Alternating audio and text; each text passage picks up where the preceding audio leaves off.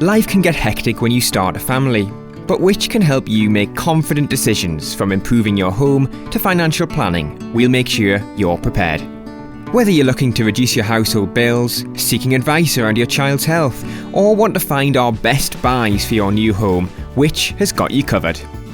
Use our expert advice to make the right choices for you and your growing family by visiting which.co.uk/growing family. That's where you'll find everything you need to make confident decisions and have peace of mind that all the advice you're getting is 100% independent.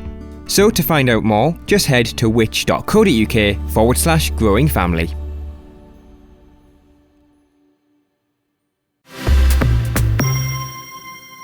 When you hear the word scam, you might think of a dodgy email dropping into your inbox, maybe a badly worded text or phone call from someone pretending to be from your bank. But scams are getting more and more sophisticated, and scammers themselves are working out new ways to deceive us all. So, what can you do to stay ahead of the game? I'm Harry Kind. And I'm Grace Farrell. And this is Get Answers for living your best consumer life. When life gives you questions, which Get Answers. Today, we'll be joined by the wonderful Faye Lipson. You might recognise her voice from a few months ago when we talked about the ticket scam problem.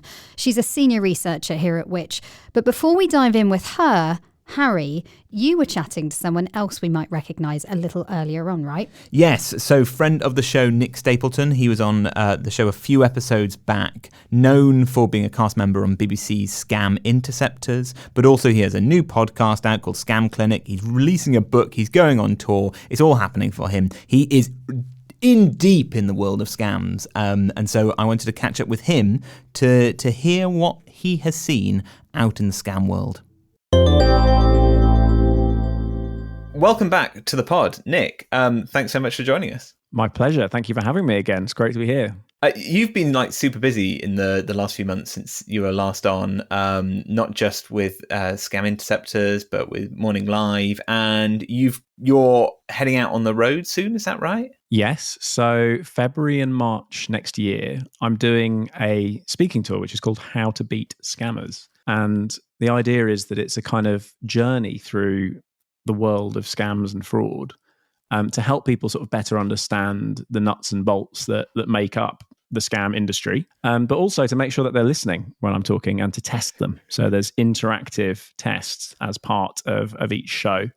And then a big reveal at the end about the kind of smoke and mirrors of the internet and perhaps an important lesson. But, I mean, not to challenge your credentials, I saw the other day that you were very nearly a victim of a scam. Is that right? I was. Yeah, I was. And I think I thought it was really important to put this out into the world because I know this to be true, but I wanted people to see that it is true. That absolutely anybody can get got by this stuff. And, you know, I'm supposed to be a scam expert journalist who's writing a book about scams and going on a speaking tour telling people how not to get scammed. I got so close, Harry. It was the closest call I've had in a very long time. So what happened? So it's complicated, but I have a business account that I use for Meta. So that's Facebook and Instagram and stuff like that. And I'll set the scene. So I was cuddled up in bed. It was 10 o'clock at night. And I'd just come back from a night out in which I'd seen some friends I hadn't seen for a while and drank precisely 2 gin and tonics. So I have like a work email address, and it came to that. And it was quite odd. It was a notification from an app called Asana, which I immediately Googled, and is like a sort of business-to-business communication platform. It's a bit like Slack. Yeah. And it said it was a message from Meta's business support center on Asana. And my first reaction was, what's Asana? So I went and sort of Googled it, and it was a perfectly legitimate product. They've done nothing wrong. And then I started Googling around, are Meta using Asana to do business-to-business stuff? And I couldn't find any confirmation of that, but I couldn't find anything to say that wasn't the case either. So I thought, there can't be any harm in just downloading Asana and just finding out more about this. So I downloaded the app and I put in my business address that I'd received the email to, and it kind of created an account for me and logged me in. And sure enough, there was a message there waiting for me in my inbox for that email address, right? Which was this perfectly written, perfect sort of corporate tone, exactly the type of tone I would expect in a real communication from Meta. that claimed to come from Meta's business account. Meta's business support account, and it said that unfortunately I'd been the subject of a copyright strike from Warner Brothers, and that I needed to fill out an appeal form. And at the time, it kind of fit coincidentally into my life because I'm working with a tour manager for the tour, and we'd recently published the advert for the tour, which contains a lot of archive and contains a lot of music. And so I just thought, maybe they've made a mistake. People who post videos know that you get all kinds of emails like that, which you don't even realize you're slightly stepping on a copyright. And it is a little bit of oh, crikey, I've got to fix that just in case something gets taken down. So exactly. And so when I read the content of the message, there was a link in the message and it was a facebook.com link. So I thought, oh, okay, this is actually legit. Like they couldn't just fake a form within Meta's actual platform. Like this must be real. So I clicked on the link to have a look, and it took me through to, as it said, a post within Facebook, within Meta's actual Facebook platform. And it was quite unusual looking, but it basically spelled out what it had said in the message I'd received from Meta Support Center. And at the bottom of that, it had another link. And this is where I probably should have gone, this is weird. Why would I need to click through twice? Like something's not right here. But I think my concern about the possibility of the advert being taken down slightly got the better of me. So I clicked on the link.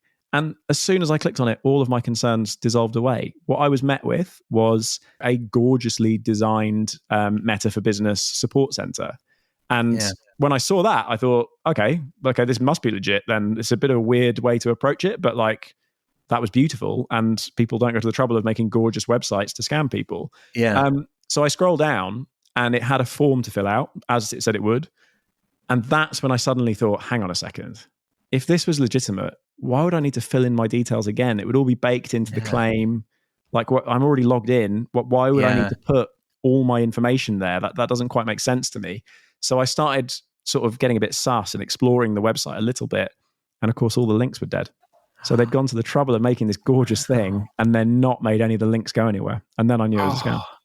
That is I'm almost disappointed on their behalf that they've just built, almost like a cardboard movie set, beautiful building, but then failed to put anything behind the curtains. I think that's so often the case when you see scam websites. They only bother to build the thing that is actually for extracting your information or taking payment or whatever it is. And actually, if you sort of test the edges, they've not bothered to do the rest because that would be too much trouble. But with this one, it struck me as quite odd because they'd gone to so much trouble to make it look so good. And if you want to see how good it looks, I posted a video of it because I was so taken aback by it. I mean, it even had a captcha for me to prove that I was human before clicking through to it. Wow. And this, as I said, this gorgeous animation and then like a very well laid out, correct fonts version of Meta for Business. So yeah, it really, really nearly got my details off me. And obviously, had I filled those details out, whoever got them would then have been able to log into my business account because it would have been my password and my username for my business account, as well as various other bits of info. And they probably would have then been able to try and steal money from people who, I've been communicating with, ransom it back to me, all kinds of things. It was a close call. From that experience, is there anything that you've learned and anything that, will it change, do you think, the advice that you give? Honestly, I don't think I applied my own advice to my own life in this circumstance. Normally, I would say verify everything. And I tried to verify everything. I did go and try and do my research, even if it was slightly tipsy research and slightly drowsy research, maybe. I also say, don't be clicking through on unsolicited links. But then that first link was a facebook.com link. So it looked perfectly legitimate. The second one is where I would sort of look back on what I did. And if it was someone else, I'd say, yeah, you shouldn't have done that.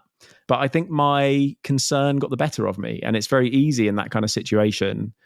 When we're talking about it after the fact, we know it's a scam. So it's very easy to go, oh, well, you missed that red flag and you missed that red flag, because we're talking about it in the context of knowing that it was a scam. But when you're in it, when you're in the moment, you don't have that information. So you can be taken outside your rational mind much more easily by that stuff that makes you think, oh, hang on, what? I might lose my business account. That's really scary. So, I encourage people always to not click through on links, but it's something that can be easier said than done. And I've learned that lesson. Do you think that quality as a little bit of a kind of hurdle that we have, like a mental kind of almost Turing test of, is this a genuine website? Do you think quality, we really need to start thinking again on that we need to stop thinking this is perfectly spelt, therefore it's less likely to be a scam. This is very nicely designed, it's less likely to be a scam.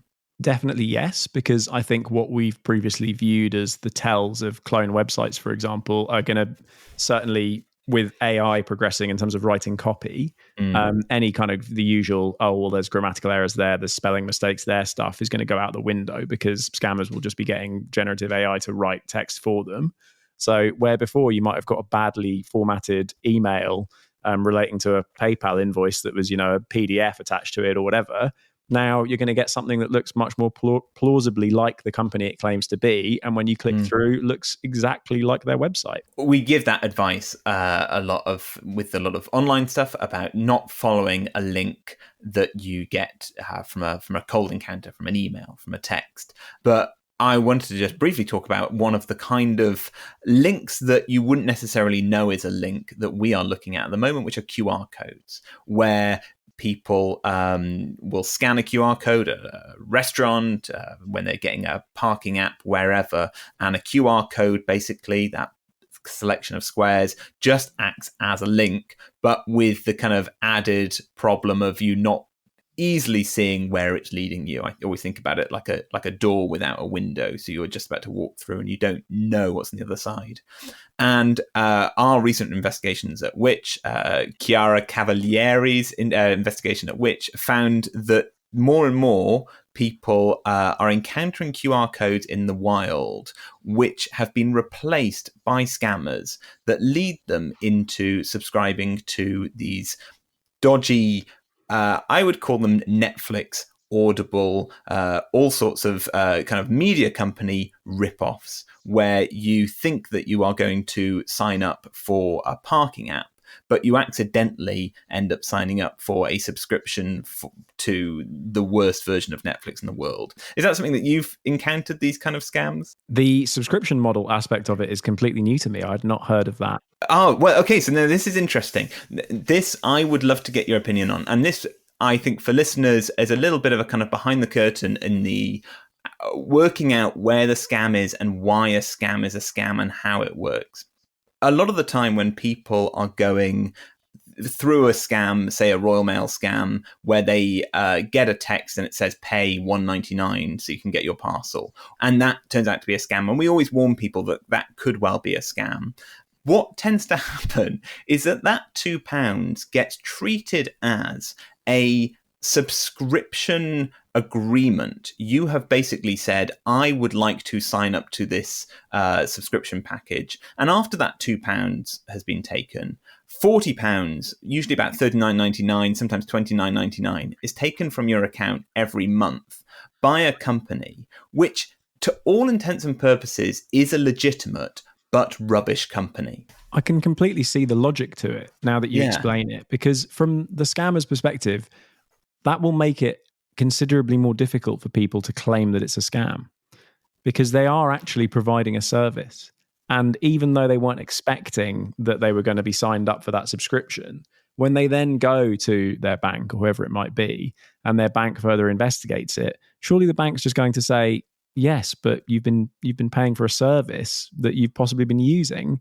How do we know that's not the case? And I think that makes getting people's money back considerably more complicated than it would otherwise be, and thus it stays in the scammers' pockets for longer potentially. And as you say, if they can fly under the radar and have multiple different months of subscriptions dropping into their account, it's easy work for them, because initially the commitment, yes, there's a lot of groundwork involved, but the actual commitment in terms of setting it up doesn't take very long. And I think I can completely see why that would work for them. It's a real interesting turn of the wheel. QR codes, they are a really good way of saving a bit of time when you're trying to download an app or you're trying to order at a restaurant. But we would say always be on the lookout. Treat them like a link that you would get in an email. Check for any kind of evidence of tampering, that a QR code, if it looks like it's a sticker over a real one, be really, really careful. Don't use any old app to scan QR codes. Use the inbuilt scanner on your phone and preview the web address as you scan it to make sure that you aren't just following through to a website with a URL entirely different from where you are expecting to be. And if you are looking to download like a parking app, our best advice isn't to use a QR code, but instead to check what is the genuine app that they're asking for. Check that on your app store. Make sure it's a genuine article by seeing the number of the reviews and the number of downloads, and then use that. Don't just rely on a QR code, particularly a QR code in an email, the double whammy. On a completely different topic, Nick, you've got a podcast, which is quite exciting. I would say a compliment rather than a rival. You have been really talking to people who have been scammed, and they have all of these different journeys. Really, really interesting stuff. Really recommend that people listen to it. Is there anything from that you've learned that people should know, that really a conversation that's kind of that people could learn a lesson from that you've had on that podcast? I think there have probably been many. So it's called Scam Clinic, and we talk to as you say, a different victim of a different scam in pretty much every episode. And I think just by sort of teasing out the information from them from point of contact to that moment of realization, I hope that people will kind of pick up some bits of advice along the way. I also usually give my own advice at the end of every episode as to how not to get caught by that particular scam. The crux of it, though, is also trying to track down the scammers involved. So trying to actually get the scammers on the phone as well. The guy who we speak to in episode 2, who unfortunately scammed our victim in episode 1 for more than £100,000 in an investment scam, I just couldn't believe how unbelievably blasé he was about it all, and how much front he had. He was quite happy to talk to me for over an hour, and the company that he claims to work for still have a front-facing website. He was just fearless. He didn't care. He had absolutely no fear of getting caught at all. And I think that's a really important thing to remember about the modern world of scams and fraud, is that the reality is that almost none of them do get caught. And our conviction rate in the UK right now, it's like 0.1% of all fraud-related crime results in a conviction. That's 1 in every 1,000 victims of fraud seeing some kind of justice. So why would they be scared? Now, last time we talked, you were saying a real step in the right direction for stopping these kind of international scams would be to make it harder for companies abroad to spoof a UK number. At the moment, there's really not much stopping you from just buying the ability to look like you're ringing up from Swansea rather than from the other side of the world, and that makes people feel safe. Makes them feel like they're less likely to be scammed, and that's really not the case. There have been some developments on that. Is that right? Ofcom announced a couple of months ago that they were going to ask the phone operators to make it more difficult for scammers who like to use VoIP, which is voice over internet protocol. It's just calls made through the internet internationally, very cheap, to spoof UK landline numbers. So effectively, their phone call that comes through the internet, as you say, will appear on your phone in the UK looking like a UK landline number. And they did it. They asked the phone operators to do it a couple of months ago. And it's difficult to say the effect it's had as yet. But what I would say is this: the vast majority of bank impersonation scammers who I see calling the UK every day, filming scam interceptors, won't be able to do that anymore, because those guys all use landline numbers to do it, because they tend to be targeting elderly members of the population who feel, like you said, reassured by seeing a local number pop up on their landline. I think that's brilliant, and I'm very glad that we've finally done it. I think it's long overdue, and I really hope that it will have a profound effect. There are loopholes that have been left. So in that same announcement, they asked for a bit of input from the industry on how to stop the same when it came to mobile numbers. There's a complicating factor with mobile numbers, which is obviously that UK numbers can be abroad. People go on holiday, for example, and they need to still be able to ring into the UK without having it blocked. There is a potential fix there, which is to say to the mobile phone operators, you need to block any call coming from abroad with a UK mobile number that hasn't received a roaming text. They should know, basically, if that person's out the country, because they'll be charging them different rates. So that feels like a switch that could be flipped to me. I could be wrong. Yeah. I you think better believe that they know that I'm traveling when I get my mobile bill. They don't miss that opportunity there. So they've got the ability to do it. Exactly right. And that would then make the scammers' lives even more difficult. Now, making scammers go to mobile spoofing, which is hopefully what this first thing that they've done, that Ofcom have done, will do, is great, because it will cost the scammers more money, because I think it is a bit more expensive to spoof a mobile number than it is to spoof a landline number. And in my experience, the ones who were already spoofing mobile numbers tended to be the much bigger centers who had much more money, because it's costly to do it.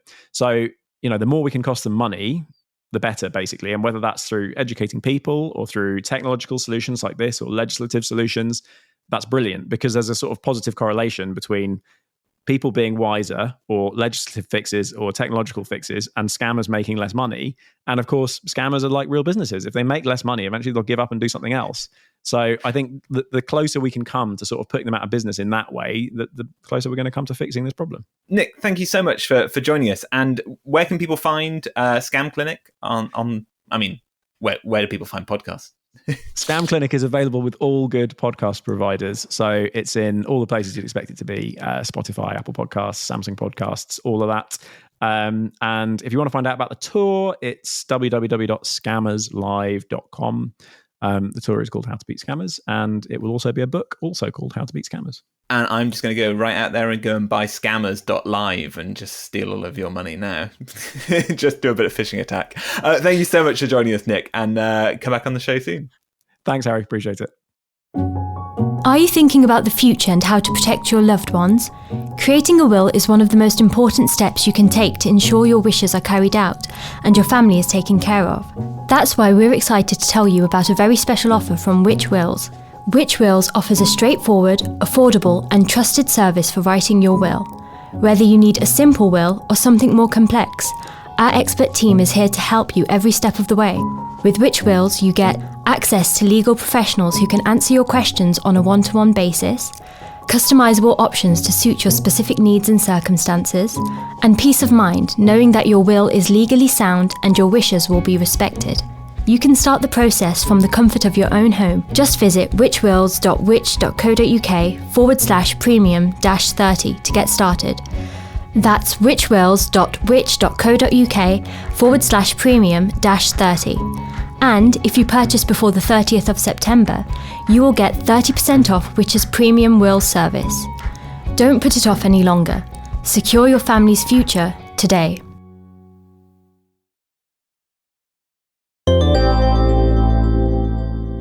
Welcome back to Get Answers. It was really good to hear from Nick there.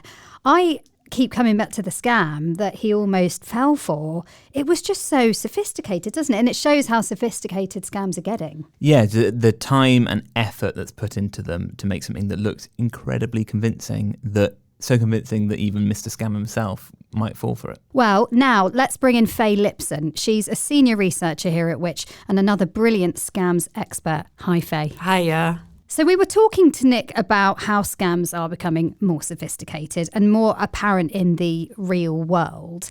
So can we talk about rental scams? Because I feel like this falls within that category. What are they, first of all? Sure. So unfortunately, they kind of peak around this time of year. What we see are typically lots of students looking for accommodation just before they start university or a college course. And of course, they're just going to go on viewings or try to find a property to rent.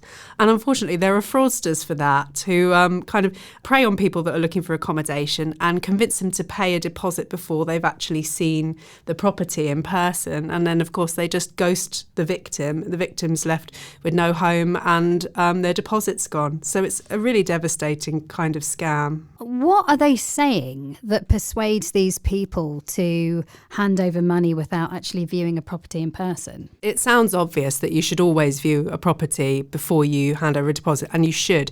But some of these scammers are really convincing. So it might be that you're looking for a property in another part of the country and can't easily get down there, and scammers will really play on that. They might, for example, offer to give you a video viewing. We've seen cases of that, and it's still not genuine. But somehow the scammers just had brief access to a property and been able to do that. In other cases, they might say that they're kind of deluged with lots of requests for viewings and they can't manage them all, and you kind of need to put a deposit down to show that you're not going to waste their time. So there can be all kinds of different stories involved, and sometimes people are even told that the deposit will be refundable if they view the property and they don't like it. And there can be cases where people are given fake contracts that look quite convincing. So really, although it kind of sounds obvious on the surface of it, scammers have all kinds of ways to manipulate people so that they forget that basic tenet of not paying for something until you've seen it in person. How much are people generally losing with these types of rental scams? Yeah, it's quite a lot. So last year in 2023, Action Fraud said there was over £4 million lost to these types of scams. And the group that's most particularly hit by them are people under the age of 29, so younger people. And that's for the reason that I've already discussed, that they might be looking for accommodation for university courses, for example. But there are more than 5 million homes in the private sector in the UK. So that's an awfully large number of people that could be scammed by this type of thing. And you know, from all walks of life, I would imagine as well. Now, we have a scam alerts email here at Which, and for anyone who doesn't know what it is, it's a great resource, if I say so myself. You basically sign up and then you get sent a weekly email rounding up the latest scams that the team here have spotted doing the rounds. Faye, are you able to talk about any of the scams that we've been seeing a lot recently? Sure. So the one we've warned about most recently is actually a perennial one. It just keeps coming back. But it's these kind of alleged weight loss gummies. They call them keto gummies or things like that. And people kind of click on adverts online and sign up to get a sample, or they think they're getting a sample, and they end up being hit with this kind of scam subscription where really large amounts are being withdrawn from their account and they don't know how to make it stop. So it's really quite malicious. And that's just been going for years. It just rears its head every so often. And often it has kind of a fake celebrity endorsement as well. So that's something to be really wary of. That's a really difficult one, isn't it? Because we've talked about celebrity endorsements before and how that is a red flag, a telltale sign if you see a celebrity endorsing like a crypto investment scheme. It's very unlikely that a reputable person would be trying to get people to sign up to something like that. But with keto gummies, that's kind of health and wellness. And we have influencers all over social media who might have these sort of adverts around things like that. So how can you tell the difference between something that's legitimate and something that's a scam? It's really difficult, isn't it? It's really difficult because you don't know if you're dealing with a genuine endorsement or not. I would say that it's really best to steer clear from giving your bank account details to any website where you're not completely sure that that's an honest and trustworthy website. Another kind of classic that's doing the rounds at the moment is people receiving unsolicited calls from people that are claiming to be from the big kind of telecoms giants, so BT or Virgin Media, for example. And they'll claim that there's a problem with your internet connection or your router, and they'll persuade you to give lots of personal and financial information, which they can then kind of use to either take money from your account, or sometimes there'll be a second step a few weeks later where they use the information you've given them to phone you back and persuade you that they're from your bank or someone else. So it's really, really important that you don't take calls that claim to be from trusted companies just at face value. A genuine caller should always be happy for you to say, I'm not sure about this. I'm just going to put the phone down and I'm going to call back on a trusted number from my bill or the back of my card or something. And a genuine caller really won't mind that. most companies now are used to people being, wise to this kind of thing. So absolutely, they're absolutely fine when you say that, aren't they? Yeah. They're not going to sort of be like, oh no, you can't call me back on this number. If it is a legit company, they'll be fine with it. Sure, there should be a record somewhere that they've had genuine contact with you.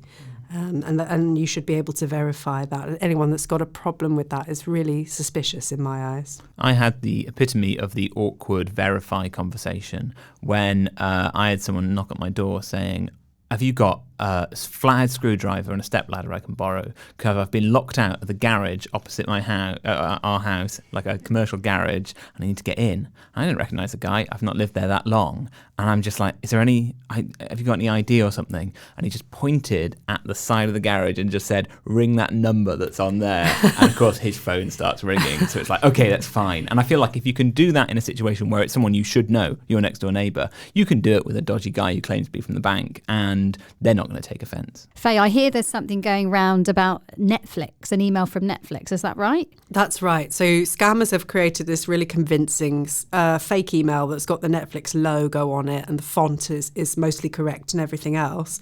And it just tells you that your membership's going to expire today, or it's going to expire really soon, and you have to click through to remedy that. Obviously, if you are not a Netflix customer, you'll probably recognise that immediately as a scam. But for the millions of people who are a Netflix customer, it only takes, a second to be fooled by that. And you might think, yeah, do you know what? It might well be up for renewal. And you'll click through and give your personal and financial details to who only knows, to be used against you in the future. So that's really one to look out for. If you're not sure, if you receive something like that and you're not sure, go separately to Netflix in your browser. Don't click through from the email, but go directly to Netflix and log into your account and have a look and just see if it really is up for renewal or not. That's the easy and quick way to be sure. It's really important to be on your guard against any kind of language that's creating a sense of urgency, isn't there? Absolutely, absolutely. Fraudsters kind of trade on panic. They know that if somebody feels worried or frightened, that their kind of normal rational processes in their brain are bypassed. They create that fear on purpose to do that.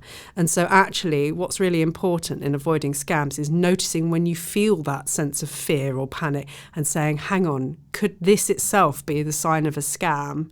And if you can learn to take that step back and do that, then that will help to keep you safe. I've also seen examples where they'll have like a timer, like an hourglass. It's just a classic example of something that's making you feel panicked. And it's funny, like what you're saying, if there's a way of creating that link as soon as you feel that sense of panic, that's how I feel when I'm looking at a scam email, but it's trying to build those connections, isn't it, in your brain? Absolutely, yeah. And it can take practice and it can take time. But we always say take 5. If somebody's after your personal details or financial details, banking details, whatever, always pause, take 5 minutes, step away from wherever the encounter is happening, whether it be on the phone, the screen or whatever, and just take the time to think, does this sound right?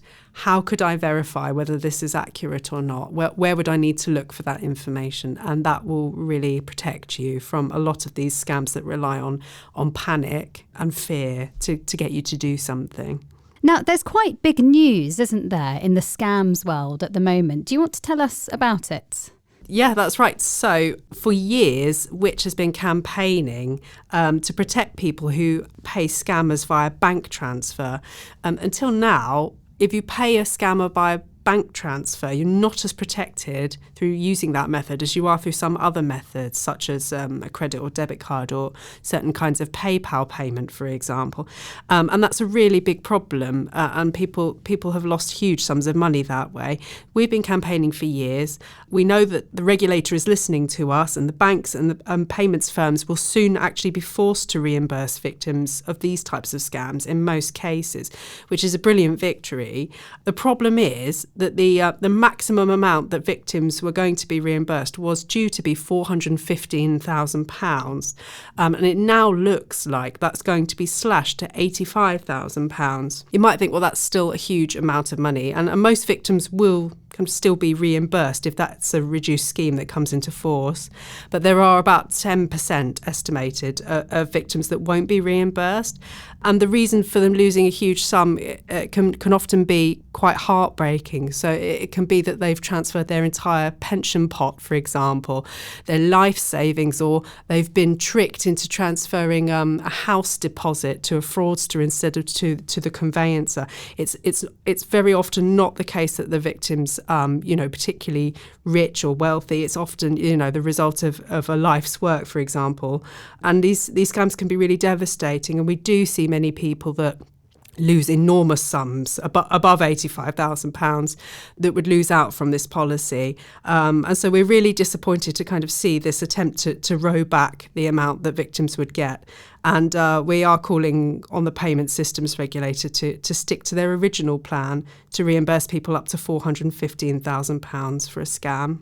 Well, we've actually got a Which Money episode all about this specific issue coming out in a few weeks' time, so definitely watch out for that. Now, when we were talking to Nick, he was sharing an instance of him nearly getting scammed the other day. He got so far down the rabbit hole. And I was wondering, Faye, have you got a story about your own experiences with that? I always say that nobody's immune from scams, including me and Nick, it sounds like. So quite recently, I actually fell victim to a scam, although I kind of went in with my eyes open. I saw an advert for like a bikini, a swimsuit being sold on Facebook, and it looked pretty good in the advert. It looked good on the model, but I wasn't quite sure because the profile it had posted from was really new. The website it was hosted on was a bit new, and I just felt a bit iffy about it. So I did take the plunge. I bought it, but I made sure to take lots of screenshots showing kind of the description and everything as I went through. And I made sure to pay on PayPal via its goods and services option, which does protect you. And then the item did eventually arrive. It took ages. It was shipped from overseas. And then when it came, it was just really poor quality. It literally looked like it had been cut out with scissors, just really, really poor. Nothing like the advert. And I just kind of immediately kind of got all of my screenshots together and put a claim in with PayPal and got reimbursed for it really quickly to PayPal's credit. But I guess you could say I have been scammed. And before you go, Faye, you've been working on something for the upcoming edition of the Which Tech Mag. Can you give us a little hint about what that is? Yeah, so it's a really interesting one. If you've ever changed your mobile number, whether now, recently or in the past, you might be surprised to know that your new number might not be as fresh as you think it is. And your old number that you thought was, dead and gone might not be as dead as you think either. And there can be serious implications for your cybersecurity as a result of both of those things. And that's all I can really say for now. But I hope to return and kind of say more when the investigation's published, because it's really interesting, a bit of a minefield. Well, look, if you want to know more and read the full article, you can become a member of Which Tech for $4.99 a month or £49 for a full year. And as well as the magazine, you get unlimited one-to-one access to our tech support team. So it's well worth looking into. We'll pop a link to that in the show notes. Thank you, Faye, for joining us. Thank you. Thanks for listening to Get Answers. As we've already mentioned, you can sign up for our free Scam Alert service on our website. It's a weekly email that tells you all of the latest scams we've come across that you should keep an eye out for. I'll pop a link in the show notes so you can sign up nice and easy. We'd also love to hear from you. On the show next time, we're going to be revealing the results of a Which investigation into smart meters. So if yours is giving you bother, or maybe you think yours has been a game changer, then send us an email. We're at podcasts@which.co.uk. And if you can spare us a moment or two, then please leave a review wherever you're listening. The more reviews we get, the more people will listen and ultimately benefit from the work that we do. Today's Get Answers was presented by me, Grace Farrell, alongside Harry Kind, produced by Rob Lilly-Jones, and produced and edited by James Rowe. And thanks again to Nick and Faye for joining us. We'll be back next week. Bye. Bye-bye.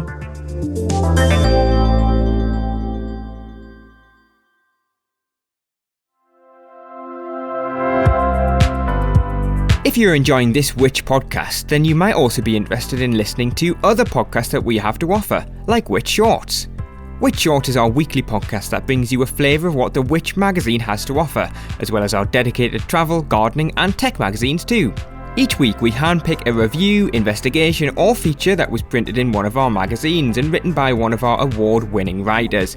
We then bring it to life on the podcast. So, to get a taster of what Which members get in our suite of magazines, be sure to listen to Which Shorts wherever you get your podcasts.